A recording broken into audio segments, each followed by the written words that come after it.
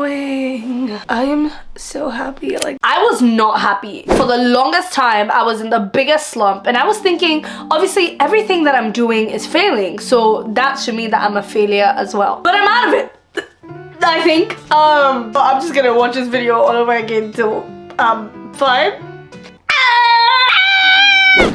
The first thing I recommend when you're trying to get out of a slump is to take a break. Do something with minimal efforts, like something that is like watching a movie, TV show, taking a walk to the beach, eating yogurts and chocolates. I did that. That was really fun. I did that. The point is, do something. That doesn't include doing something. My favorite quote in the world is, I know me.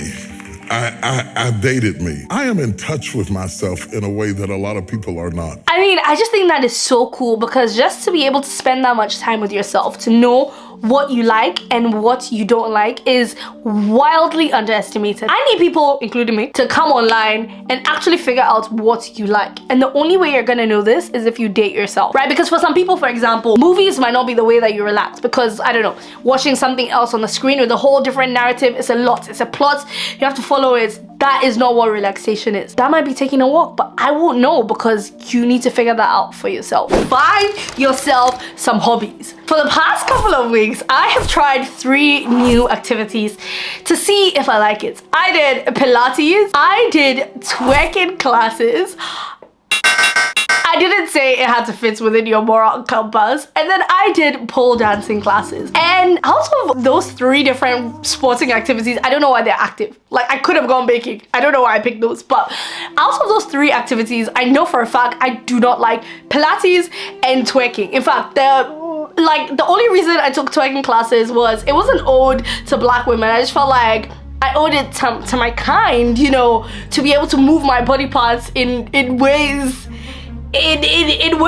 that would make, and muscles I have to activate. I hate the effort I have to put in. Now, pole dancing on the other hand, I was like, wee!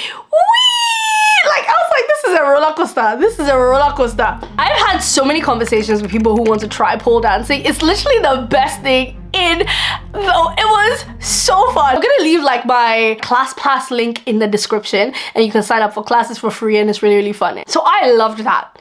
New hobbies. Tick, tick, tick, time. Oh my gosh. So this in particular makes me kind of giddy, because I just love wasting time. When I'm in a slump, one of the things that makes me feel really, really bad is my time management skills. How are you restructuring your time so that you're not feeling overwhelmed with the tasks that you have to do? I don't know, like sometimes I get into my head, I'm just like, I just didn't do anything today. I didn't do anything of use. Especially when you're structuring your time to like do your side hustle. Sometimes it might feel like you're not putting enough effort where you should be putting the effort. So this is my thing, and I kind of want to tell you so that you can try it as well. Wake up early. Wake up early.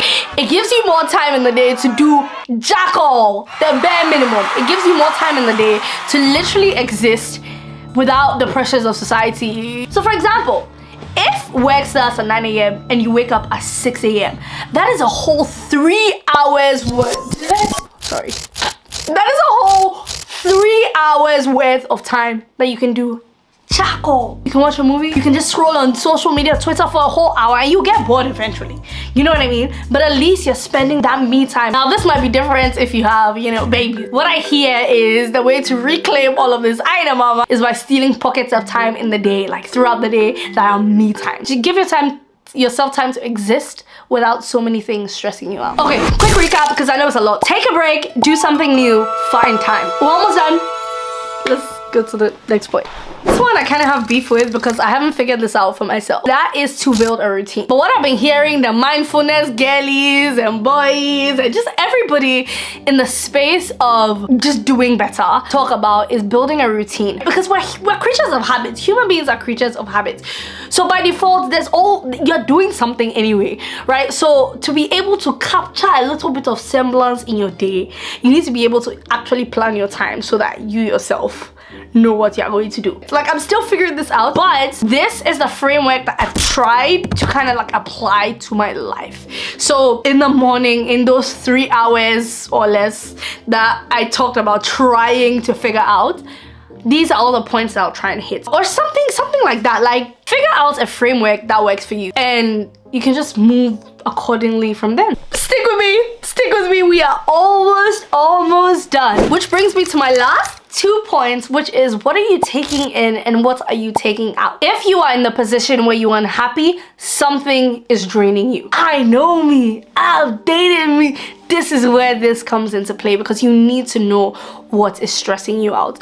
On one hand, it can be really, really big, like it could be your job, it could be the country that you're living in, it could be your partner, or it could be not so direct. So things like the color of your wall, you know, the music that you're listening to, the books that you're reading. Like, what are you taking in that is making you so unhappy? And how can you take that out of your life? And is there a way that we can restructure our lives so we can take those out? You need a game plan so when you're coming back to the 100% version of you, you don't feel so drained. I always say this to my little cousin, but you're smart enough to figure this out. Like, if you are smart enough to click on this video, you're smart enough to figure this out. Like, if you just apply yourself, we all know the cost of being great. Like, we've heard it time and time again, that to be able to be great means that even when you fall, even when things are stressing the living daylights out of you, you just need to get up. Like, once you breathe and you give yourself the time to rest, get up. Like, get up, because you're smart enough to figure this out. The greatness that is literally inside of you, who are you waiting for? Who is gonna be great for you? Nobody. So you're smart enough to figure this out. I mean, it's obviously easier said than that. Absolutely. Like, some of my slumps, some of my moods have taken weeks. Like, I think this one, I was like, what? Like, such inconvenient timing. You know what I mean? Like, some of it happens when, you know, there's Christmas celebrations, there's birthday parties, and it's like, can you just be happy? Like, why couldn't you just come, like, when nothing was going on? That's how some slumps work. But once you've taken the break that you need, this is why it's so important, this dating yourself thing. You can figure this out. And I mean, I'm not a doctor and I'm not a therapist or anything like that. So I'm gonna read what I wrote down, because I was able to articulate my thoughts easier when I was prepping for this. So for many people, you're going to have to take the leap of faith and go and see a professional, because those feelings that you are feeling are not on you. Listen to me. Like, for some people, you're gonna go through things in life and it's not on you. Sometimes our brains are working overtime, and you need to be in a space where you know that you just existing is enough. Asking for help does not make you weak. I need you to hear this. If you're going through things and you feel like it's a challenge that you cannot hold on your own, asking for help does not make you weak. And I need you to listen to me. Listen to me. Take that leap of faith. Go and get that therapist. Go and see that psychologist, because you are destined for greatness. And to be able to walk into that path of greatness, you need to be able to do the work. And sometimes some people have some tools to help us do the work that we do not have on our own. That was heavy. Okay. On a much lighter note, what are the things that you are taking in? Good music, good books, good friends. How are you training your mind to be the strongest mind it can ever be, so when you step out into the world, you can literally conquer the world?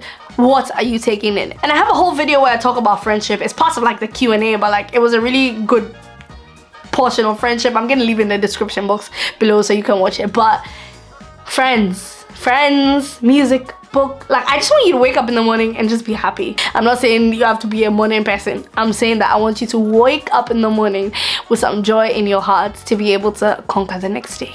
And you're gonna be fine. Like, I promise. Like, I can't believe I'm out of this, because like 2 weeks ago I was going through it, but I'm here now.